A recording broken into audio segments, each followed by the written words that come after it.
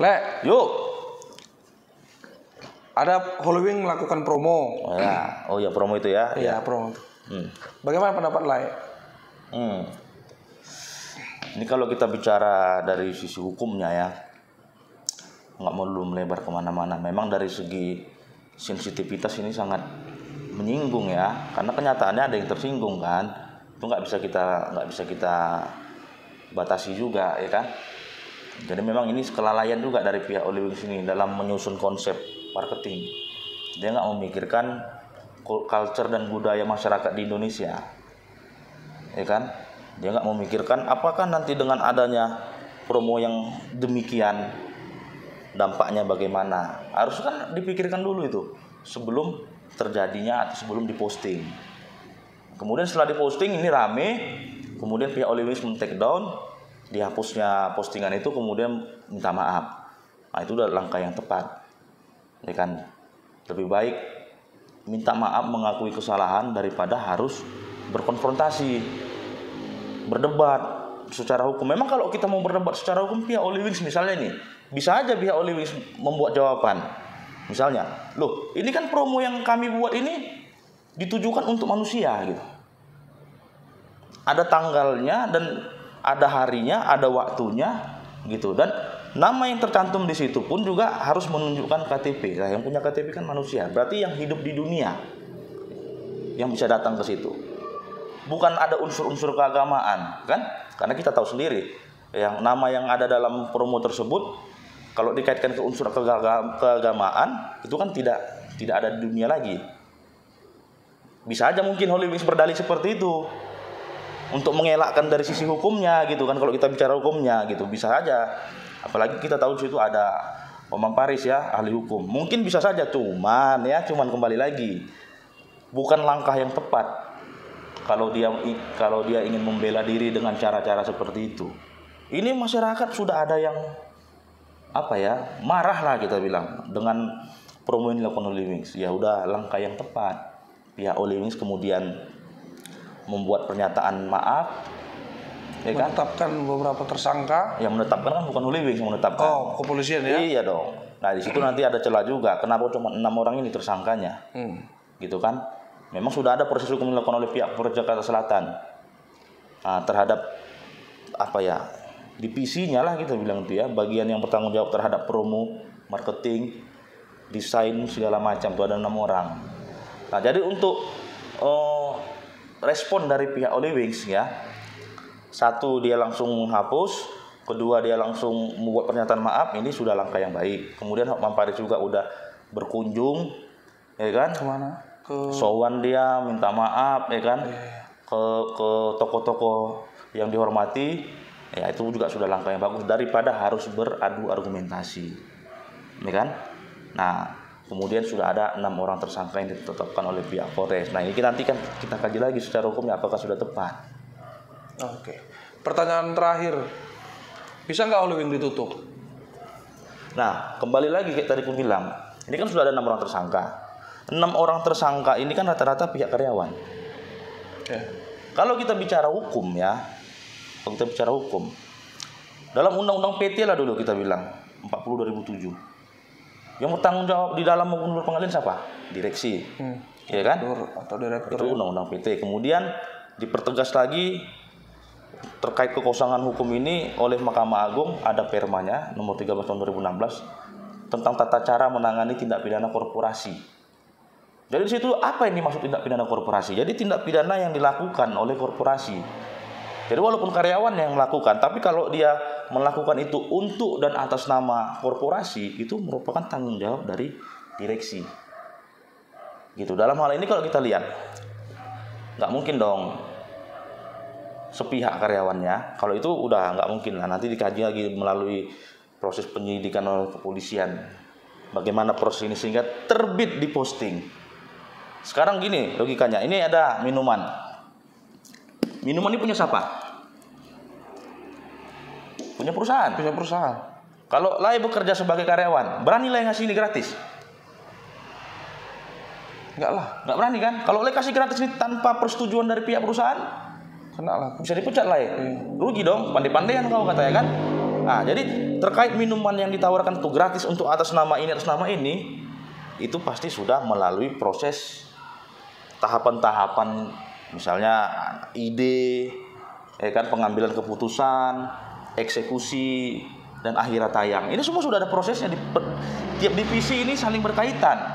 Desain, marketing, kan, bagian sosial media, segala macam. Iya dong. Iya. Nggak mungkin nggak tahu, karena itu minuman bukan punya mereka.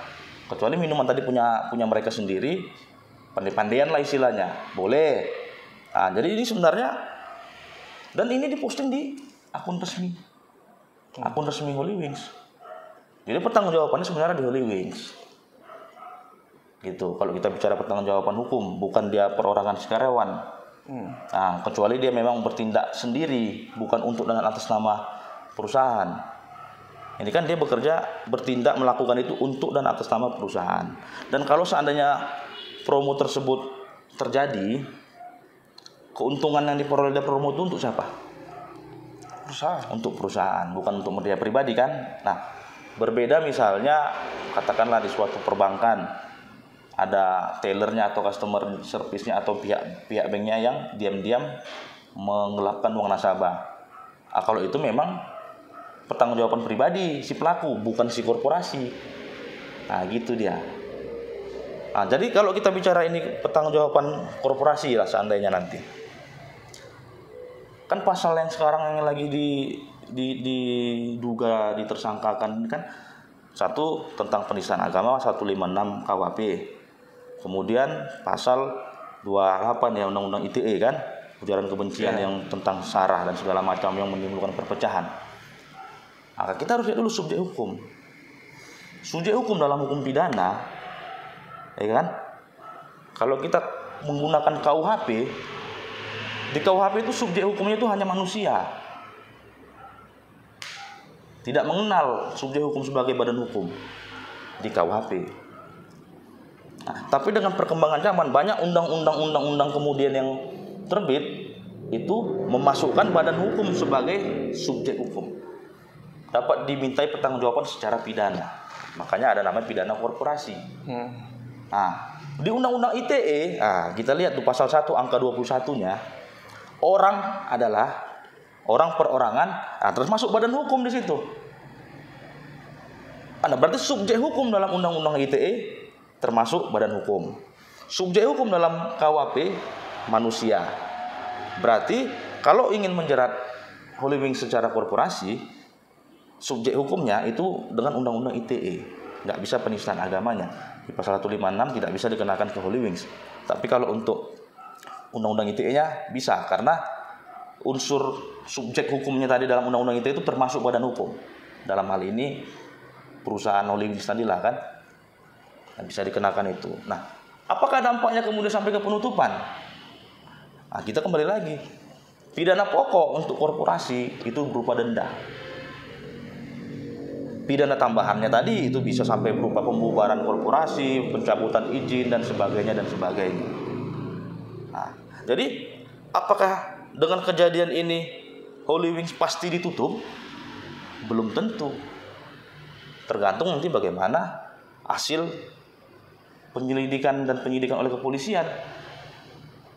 Kalau yang akhirnya menjalani hukuman hanya sampai ke 6 tersangka ini saja, berarti tidak ada hubungannya secara korporasi.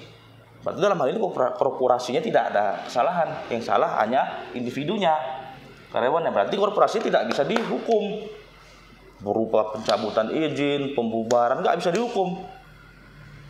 Nah, karena tersangkanya bukan korporasi, gitu dia. Tapi kalau korporasi yang jadi tersangka, itu bisa dijatuhkan hukuman pokok berupa denda dan hukuman tambahan, pidana tambahannya itulah bisa pencabutan izin, pembubaran korporasi dan sebagainya. Oke, cukup jelas. Terima kasih gitu dia. kepada Lae supaya kami mengerti masyarakat tentang berita yang ramai saat ini. Ya, cuman itu tadi kesimpulannya lah, sarannya. Kita dalam kehidupan berbangsa dan bernegara ini, dalam bermasyarakat, memang tidak melulu kita harus berbicara sejauh mana hukumnya. bagaimana hukumnya, bagaimana celah hukumnya, bagaimana dampak hukumnya. Tidak.